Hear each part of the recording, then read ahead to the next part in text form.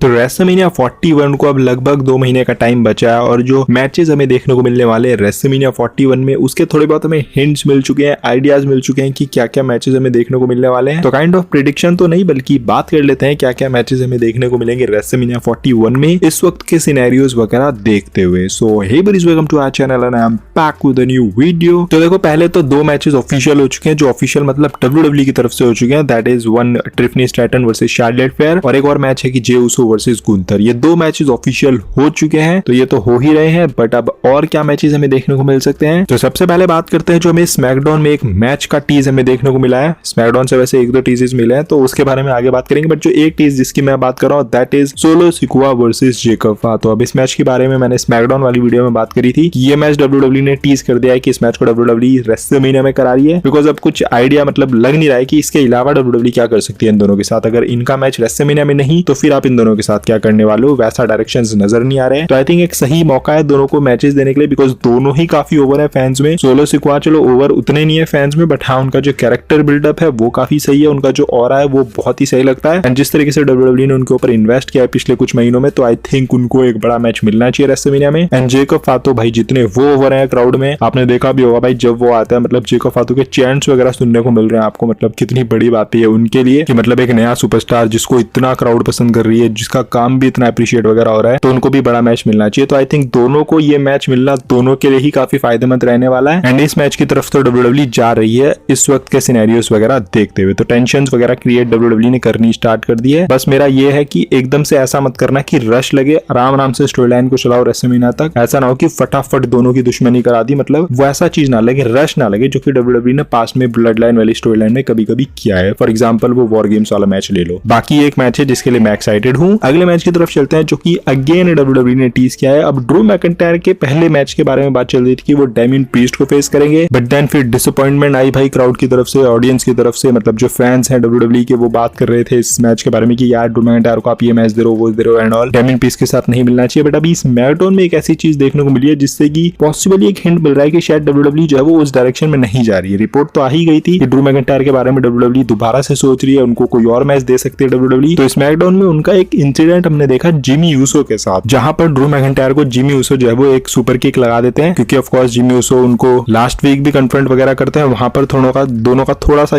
Tease देखने को मिला। बट देन इस वीक हम क्या देखते हैं कि जिमी यूसो किक लगा देते हैं ड्रू मैकिंटायर के ऊपर। तो अब ड्रू मैकिंटायर भी वापस तो आएंगे ही, कम बैक तो वो करेंगे एलिमिनेशन चेंबर में। ड्रू मैकिंटायर ऑलरेडी उनका मैच ऑफिशियल है वहां पर एलिमिनेशन चेंबर में, तो वहां पर तो ये दोनों फाइट नहीं करेंगे, तो फिर कब करेंगे, रेसलमेनिया ही है फिर उसके बाद। तो फिलहाल फिर देखकर लग रहा है कि जिमी यूसो ड्रू मैकिंटायर की तरफ WWE जा रही है। अब इस मैच के बारे में मैं ये बोलूंगा कि मेरे को लग रहा है कि डेमियन प्रीस्ट से बेटर जिमी यूसो मुझे लग रहे हैं। मतलब ऑफ कोर्स डेमियन प्रीस्ट ज्यादा बड़े सुपरस्टार है जिस तरीके से उनको बिल्ड किया है WWE ने, but I think Jimmy Uso बढ़िया एक स्टोरी लाइन दे सकते हैं ड्रू मैकिंटायर के साथ, क्योंकि एक तो ऐसा नहीं लगेगा पहली बात कि ये आउट ऑफ नोवेयर कौन सा ओपोनेंट आ गया है, क्योंकि ऑफ कोर्स उनको प्रॉब्लम रही है ओजी ब्लड लाइन से, जैसा कि स्टोरी लाइन उनकी चली रही है। तो अगर जिमी यूसो के साथ वो रेसलमेनिया में भिड़ते हैं तो ये तो नहीं मैं बोलूंगा कि ये जस्टिस हो गया भाई ड्रू मैकिंटायर के साथ कि भाई क्या ही ओपोनेंट दे दिया, बट हाँ मैं बोलूंगा कि डेमियन प्रीस्ट से बेटर है जिमी यूसो, मेरे को ऐसा पर्सनली लग रहा है। मतलब अगर आप मेरे को दोनों में से ऑप्शंस दोगे तो मैं चूज करूंगा भाई जिमी यूसो को। हालांकि मैकिंटायर डिजर्व ज्यादा करते हैं, मतलब मैं तो ये चाहूंगा कि आप मैकिंटायर को WWE चैंपियनशिप वाले मैच में दे दो, मतलब आप उनको एलिमिनेशन चेंबर मैच जिता दो, कोडी रोड्स के साथ दे दो मैच, मैं तो ये भी चाहूंगा उनके लिए, बिकॉज इतना अच्छा वो काम कर रहे हैं। बट देखकर लग नहीं आएगा WWE इस डायरेक्शन में जाएगी, तो ये एक चीज है जो आप कर सकते हो जो कि बेटर रहेगा like I said Damien priest वाले ऑप्शन से। अब चले अगले मैच की तरफ, और अगला जो मैच यहाँ पर टीज है वो है गाइस केविन ओवेंस वर्सेस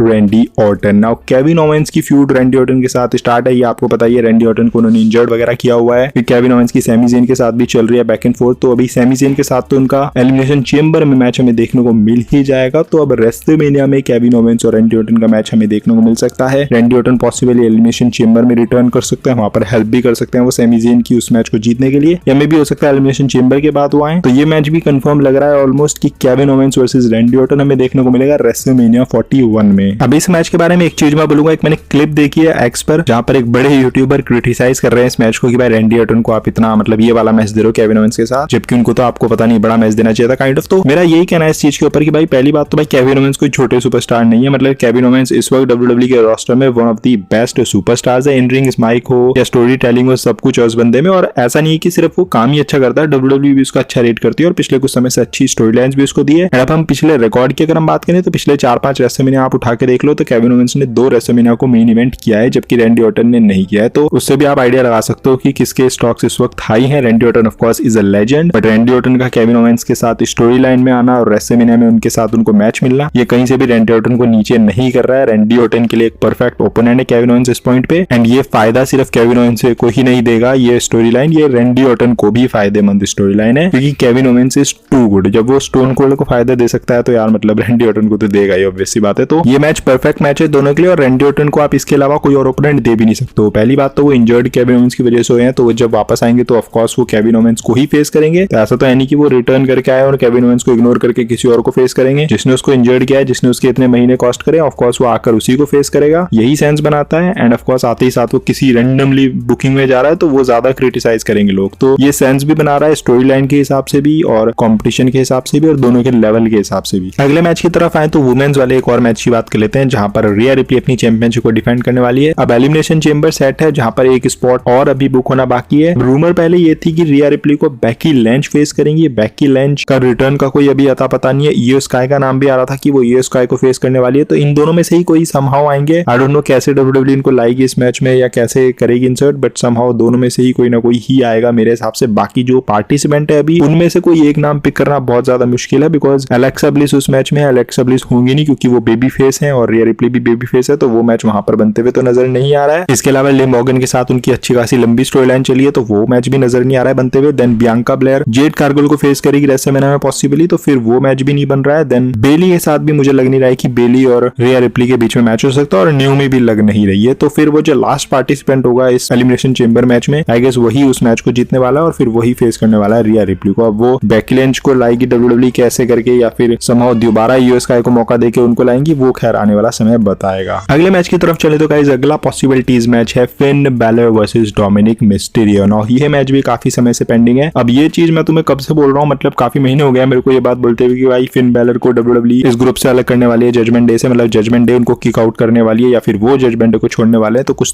तो होगा जिससे कि वो सेपरेशन वगैरह हमें देखने को मिलेगा। और फाइनली वो समय आ गया रेसलमेनिया के जहां पर ये हमें देखने को चीज मिलेगी। और जिस तरीके से डब्ल्यूडब्ल्यू छोटे मोटे टीजेस दिखा रही है कि डोमिनिक और फिन बैलर को दिक्कतें हो रही है एक दूसरे तो उससे तो फिर ये मैच हमें बनते हुए नजर आ रहा है रेसलमेनिया में। आई डोंट नो डब्ल्यूडब्ल्यू इसको कैसे बनाएगी कैसे नहीं बनाएगी, ज्यादा कोई दिक्कत वाली बात नहीं है। आपको पता ही है कि भाई जिस तरीके से फिन बैलर को दिक्कतें हो रही है डोमिनिक मिस्टीरियो से कि भाई ये तो बच्चा है एंड ऑल, अभी इसको बेबी सिटिंग की जरूरत है और ये जेडी मैकडोनाल्ड को इसी की वजह से मतलब वो इंजर्ड वगैरह हुआ है, तो फिर फिन बैलर के पास अपने रीजन है और उधर से डोमिनिक के पास भी अपनी रीजन है कि भाई ये अपनी चला रहा है, बॉस बन रहा है ज्यादा एंड ऑल, तो दोनों के पास रीजन है भाई एक दूसरे के अगेंस्ट जाने के लिए। एंड रेसलमेनिया में पॉसिबल ये मैच बनते हुए नजर आ रहा है। बाकी अगर आप इन दोनों को नहीं कराओगे एक दूसरे के अगेंस्ट मैच तो फिर इनको आप क्या ही करोगे, तो फिर इनके लिए मैच कोई ऐसा नजर नहीं आ रहा है। तो आई गेस सही रहेगा दोनों को मैच मिल जाएगा रेसलमेनिया में। बाकी लेट्स सी डब्ल्यूडब्ल्यू किस तरीके से ये फ्यूड को स्टार्ट करेगी। मैं इंटरेस्टेड हूँ इस वाली स्टोरी लाइन भी देखने के लिए बिकॉज आई थिंक डोमिनिक बहुत ही सही सुपरस्टार है, तो मजा आएगा ये देखने में भी। इसके अलावा एजे स्टाइल्स और ब्रॉन ब्रेकर का मैच भी छोटा सा टीज हमें देखने को मिला है। अब ये मैच या तो एलिमिनेशन चेंबर में होगा या फिर ये मैच हमें देखने को मिलेगा रेसलमेनिया 41 में। मैं चाहूंगा कि ये मैच डब्ल्यूडब्ल्यू एलिमिनेशन चेंबर में ना करा के रेसलमेनिया में कराए क्योंकि भाई एजे स्टाइल्स का लेवल वैसा है और ब्रॉन ब्रेकर को भी फायदा होगा भाई एजे स्टाइल्स जैसा सुपरस्टार को अगर वो रेसलमेनिया में फेस करेगा उसको हराएगा तो काफी मतलब वो भी अपना लेवल भाई 2 लेवल अप करेगा, तो उसके लिए भी बहुत इंपॉर्टेंट मैच रहेगा और एजे स्टाइल को भी भाई अच्छी खासी लाइमलाइट मिलेगी